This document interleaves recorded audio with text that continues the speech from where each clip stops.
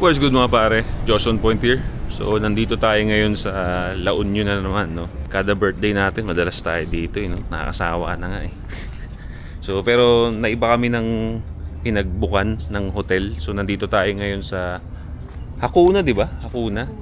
Ha? Kahuna Hotel, no? And maganda pare. May pool. Para kunyari sawa ka na sa dagat, eh pwede tayo mag-pool. Mamaya makikita niyo yan pagka ginamit na natin. So ngayon, pakita ko muna yung room natin, no? Dito tayo sa room number 16. Ay, ano ba yan? Ayan, so, ito ang itsura ng room natin. Yan, simple lang. Isang bedroom na may bebembangin mamaya. Tapos ito, may table dyan. CR nila, malinis din pre. Ayan. Ayan, CR. Diba? So ayos. Okay din. Mga 8,000 to per night. So nasa 2 nights tayo rito mga pare. Mag-enjoy ako rito at siyempre sasama ko rin kayo. Alright? Let's go. Bad boy straight kala kill, ako 10 toes down. Tapos ko lang maligo kasi pagka nasa biyahe ka, no? Pag nasa biyahe ka talaga or nagda-drive ka, kahit naka-aircon ka dun sa sasakyan, hindi maiwasan na ma-wasted ka pa rin eh, no? Ma-oily ka pa rin, kaya kada dating ko talaga, every time na pagtas ng biyahe, nasa hotel na, naliligo talaga ako kagad kasi para refresh ka, no? And mag-alas 3 pa lang pre, kaya mainit pa sa labas. Ang init dito sa La Union ngayon. Marami sigurong bading. Kaya ang gagawin namin, ligo, tapos pahinga muna siguro, nap lang, mga power nap lang, mga 1 oras na tulog. Tapos mamaya tayo lalabas pagka medyo pa-sunset na para di masyadong mainit, no? Okay. Tapos tayong maligo. Ayun, dahil mainit pa, galas 3 pa lang naman, galawang matanda muna tayo. Meme muna tayo saglit. Mamaya na tayo aawara sa labas. Meme. Katas lang natin na bumemba nga, hindi, matulog. So, medyo freshen up na tayo, yun, no? Fresh na yung mukha, sa ayos na. So, itong SME natin, nagharap ng merienda, gusto mag-merienda. So, magme-merienda muna tayo bago tayo tumambay sa dagat. Okay, nakita namin bukas pa siya, yung Funky Bar. Ayan. So galing sa 7-Eleven, nakita yung 7-Eleven, yung sikat na 7-Eleven, akit kay Sagdan. Dito yun. Mamaya makikita nyo mamaya yung pagkain. Dumating na yung pagkain natin. Ito yung sinasabi ko sa inyong masarap pre. Yung tacos dito sa Funky Bar, no? Yan, no? Yan yung sauce. Yan, maliit lang siya, bite size lang siya para lahat ng flavors makain mo sa isang subo. Yan, ito yung sa SME natin. Nakain na rin natin yan. Ito. Tapos na natin makain kanina. Tara, let's go, kain na tayo. Ito yan, pre, pakita ko sa inyo kung paano kainin. Lagyan mo muna ng lemon. Yan. Lagyan mo ng sauce.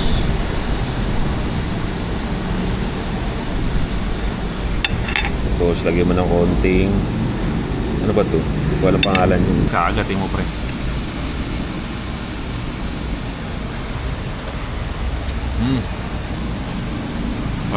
Hindi ko na na-videoan. Pumunta kami doon sa beach kanina. Hindi ko na na-videoan kasi madilim na, no? Sumetap kami pero walang nangyari. Pero ngayon nandito kami sa pool. Swim ka nga, swim. Yan. Yan, sa pera yan, pang ano yan. Pang algorithm yan. Pang algorithm. Tara, langoy tayo dito mga pre. Ay, may basketball sila doon, oh. Sabi ko sa kanya, pagka na-shoot ko to, lulunukin niya. Oh, kailangan ma-shoot ko to pre. Nagawa ko na kanina eh. So practice na lang to. Ito naman po hindi na. Hindi talaga mangyayari. Kailangan mashoot ko. So, sa mga nanonood dyan, mag-pray kayo na mashoot ko.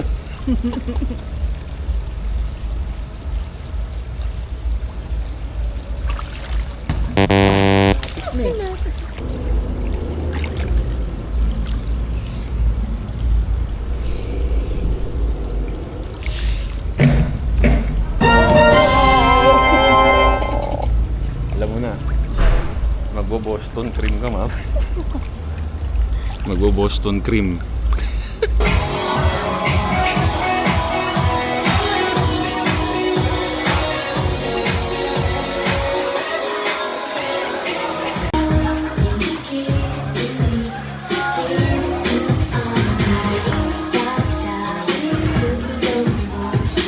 Hindi ko na na-videoan yung trip namin kagabi. So nag-ano kami kagabi, flotsam jetsam, uminom ako. Medyo nalasing din ako kagabi.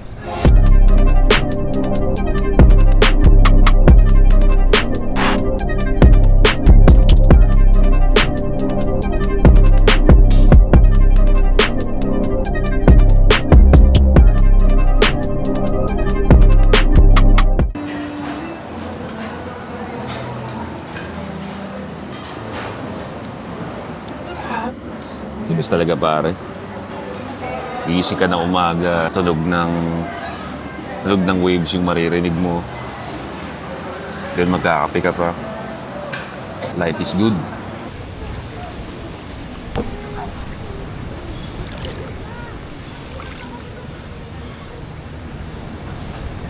May nakita pa akong fan kanina. Shoutout dun sa tropa na nagpa-picture sa atin. Ay, teka, nandito. Anong pangalan nung? Tingnan mo nga yung sa IG niya. Shoutout kay paring Jazel Bernardo. Actually, nandun siya no? Tropa, nandito kayo, no? Kita.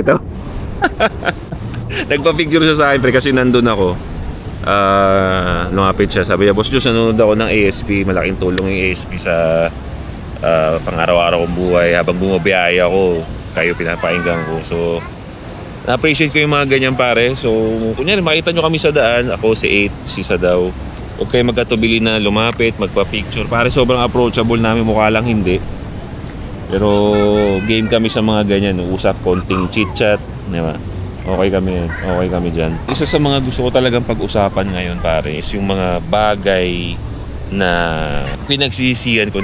Medyo extreme yung word na yung pinagsisisihan. Yung mga bagay na hindi ko nagagawin kung sakali man na mag-travel back in time ako, no?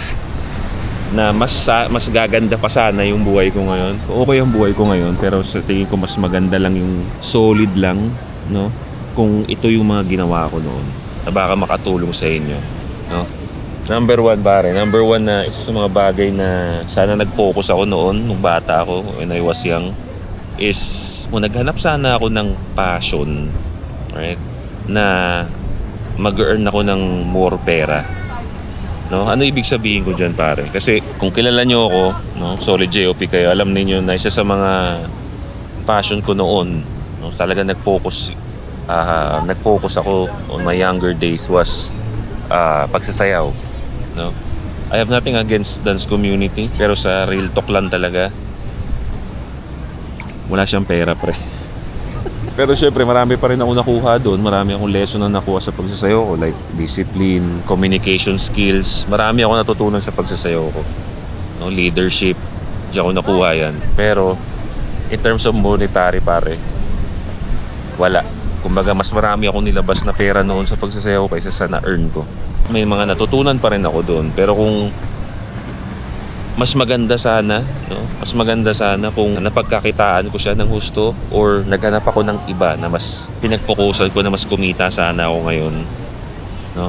Now, don't get me wrong, pare, again, maganda buhay ko ngayon, komportable buhay ko ngayon. Sinasabi ko lang sa inyo na minsan magiging practical ka rin sa mga decision mo, no? May mga passion na isipin mo in the long run, parang wala akong kikitain dito. Kailangan ko i-let go to.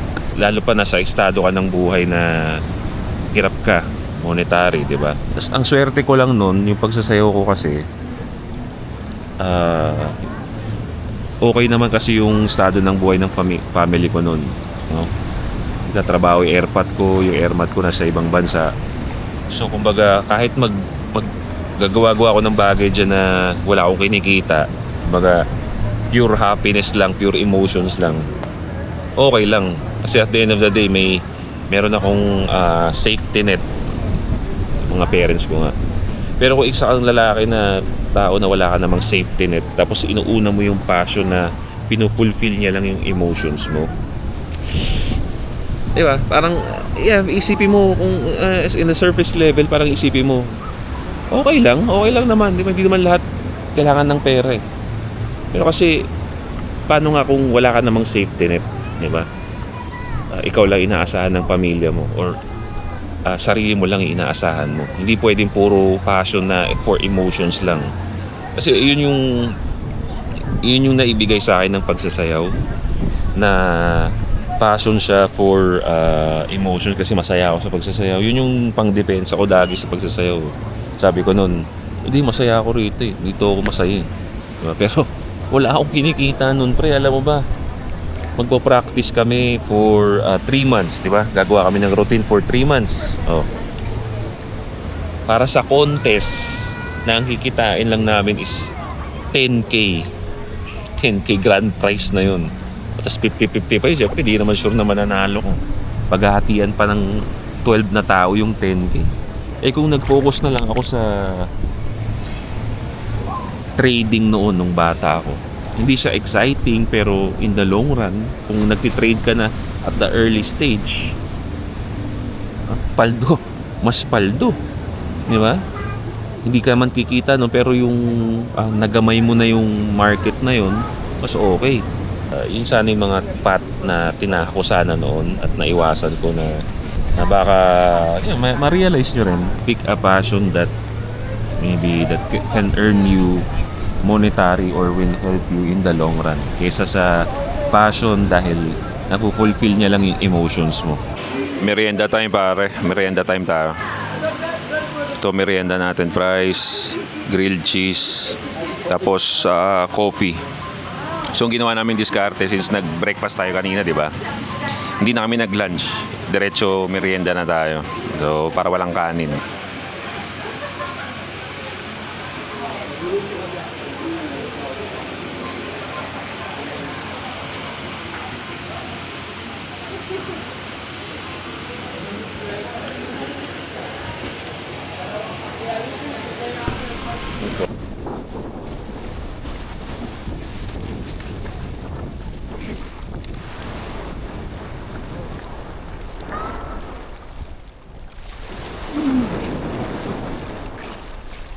Para lakas ng alon dito, tingin mo.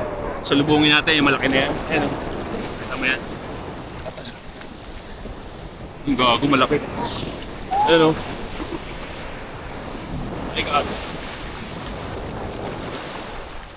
Ayoko na.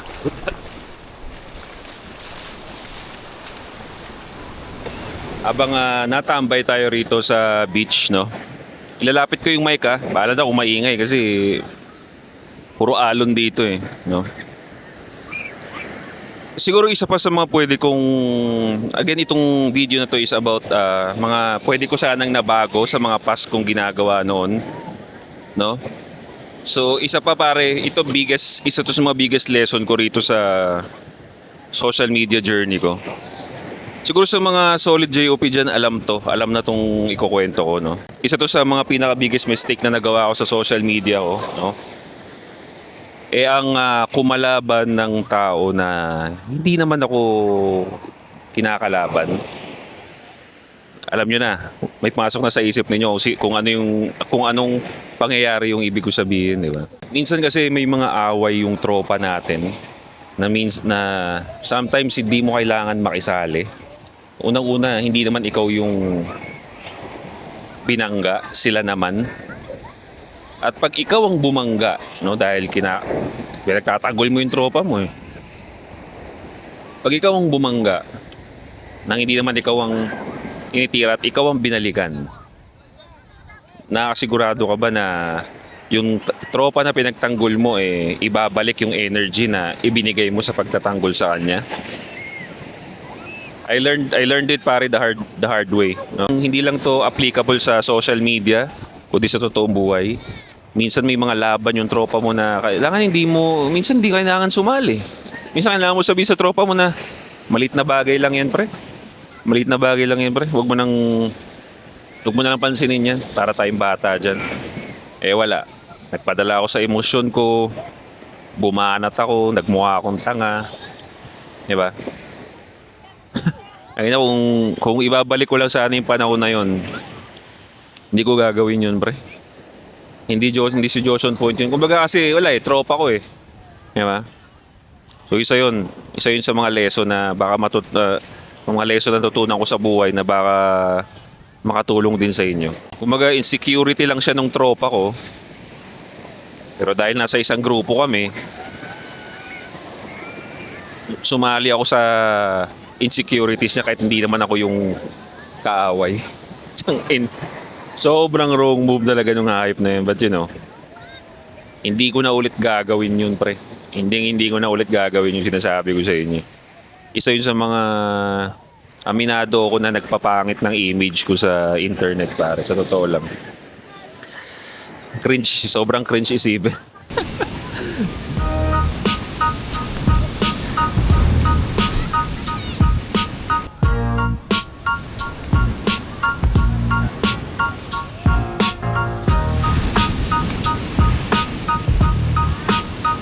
Hindi lahat ng away pare kailangan mong sagutin.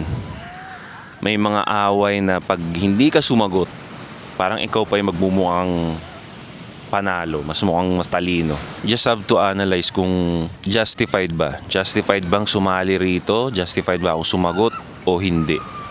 Yung mga ganun. Kailangan ko pa bang depensahan yung sarili ko o hindi?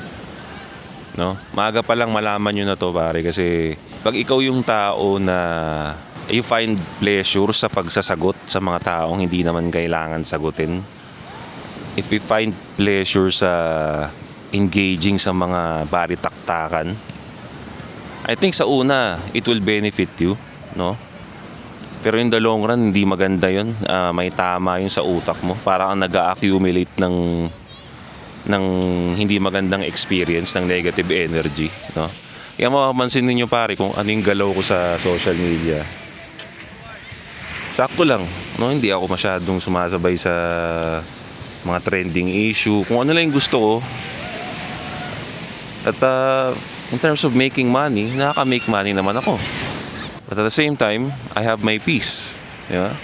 Pero syempre, pag may sinasabi tayong mga maanghang na salita, I just make sure na kaya ko siyang depensahan. Hindi ako bumibitaw ng salita na out of nowhere. Alam ko 'yun. Alam kong kaya kong depensahan kung sakaling merong isang tao na will find negative about it. No? Kaya isa rin yung sa mga papayo ko sa inyo, huwag din kayo basta-basta bibitaw ng mga salita na alam ninyo na mababaw lang yung kaalaman ninyo mga pre. No, kasi kailangan mong i-make sure din, kailangan mong i-look forward in the future. Kaya ko bang depensahan to? Pag binanggit ko ba to, pag binitawan ko ba to sa ibang tao, may alam ba ako dito pag tinanong ako? Right? So, isa yun. No? Ayan yung mga kamalian ko dati na kung alam ko to, kung may ganitong na akong isip ngayon, na iwasan ko sana. No? Pero dahil pinanood nyo itong video na to, pwede nyo nang maiwasan in the future. Diba? Kaya nga itong mga ano na to, kunyari red pill, yung mga masculine mindset natin, kung kakapasok mo pa lang dito pre, kapasok mo pa lang siguro mga a year ka pa lang na-engage sa ganitong klase ng mga content, suggest ko sa inyo, huwag muna kayong mag-ingay sa internet. No? Don't preach muna hanggat wala pa kayong solid, kahit at least one experience doon sa pinag-uusapan ninyo. Kasi mahirap yan pre. Pagka tinanong ka yan, anong alam mo ba dyan? Amoy ka agad, sisingaw ka agad kung may alam ka ba doon o dunong-dunungan ka lang pre. So yun ang masasuggest ko sa inyo. Okay ang buhay ko ngayon. Kaya I just want to be clear on that, okay? Hindi ibig sabihin na binanggit ko itong mga bagay na to sobrang pinagsisihan ko. Hindi. Kumbaga, kung nagawa ko lang ng tama, onting improvement sa buhay ko yun. But you know, it is what it is. Wala akong natutunan kung hindi ko nagawa yung mga bagay na yun. Right? So ngayon, last morning na namin dito sa La Union. Mamayang mga 12 magche-check out na kami dun sa hotel natin. So far, na-enjoy ko tong bakasyon namin. Chill lang siya, pero masaya. No? Ito na yung kape natin. Lagyan natin ng... Bakit? Okay lang yun. Lagyan natin ng coffee mate. Kalalaking tao, nagko-coffee mate. Karapatan ko yung nag-workout ako, masipag ako mag-workout. Pag mataba ka, yan, wala kang karapatan maglagay ng coffee mate. Tsaka sugar, maglagay tayo ng sugar. May karapatan tayo maglagay ng mga ganyan sa mga kape natin kasi bawi-bawi lang yan. O, di ba? Naging brown, creamy, the way I like it. Your coffee versus mine. Yan daw yung coffee mo. Pinagmamalaki mong black coffee ka, mahina ka naman. Yung kape mo lang yung malakas. Parang criticism din sa coffee community. Pag black ka daw, lakas ka, ganyan. Ang ina, wala sa kape yun, bobo Pero ka. malaki siyan. Pero bonjing ka, black kang bonjing, ano yun? So yun mga pare, nandito tayo sa sakyan, no? Hinihintay lang natin yung Esme natin doon. Kasi pinabili natin ng ice cream para meron tayong inaangat habang nasa biyahe tayo. So ngayon mga pare, pauwi na tayo, no? Ito na ang pinaka nakakatamad na parte kasi sobrang haba ng biyahe pa uwi eh. Lalo na yung bandang TPLX, putya. Ang tagal nun, nakakatamad yung parte na yun. Kaya for sure makaka-relate yung mga tropa dyan na nagda-drive. Pagdating ng TPLX, putya, nakakatamad na talaga. O ito na pala. Yo! Ayan, ngangatay natin yan. Let's go! Nandito na tayo sa bahay natin after 5 hours, no? 12 tayo umalis ng hotel natin dun sa La Union. Ngayon is 6:26 na. Parang 6 hours din. Ganun talaga pare. Ganun talaga kalayo yung LU. But you know, okay naman. Nag-enjoy naman tayo. So ngayon, mag-i-edit na tayo ng video at magbabalot na tayo ng mga benta natin. So, balik trabaho. Right? So maraming salamat pare sa pagtambay, sa pagsama sa akin. That's it for today. This is Joshon Point. See you next time.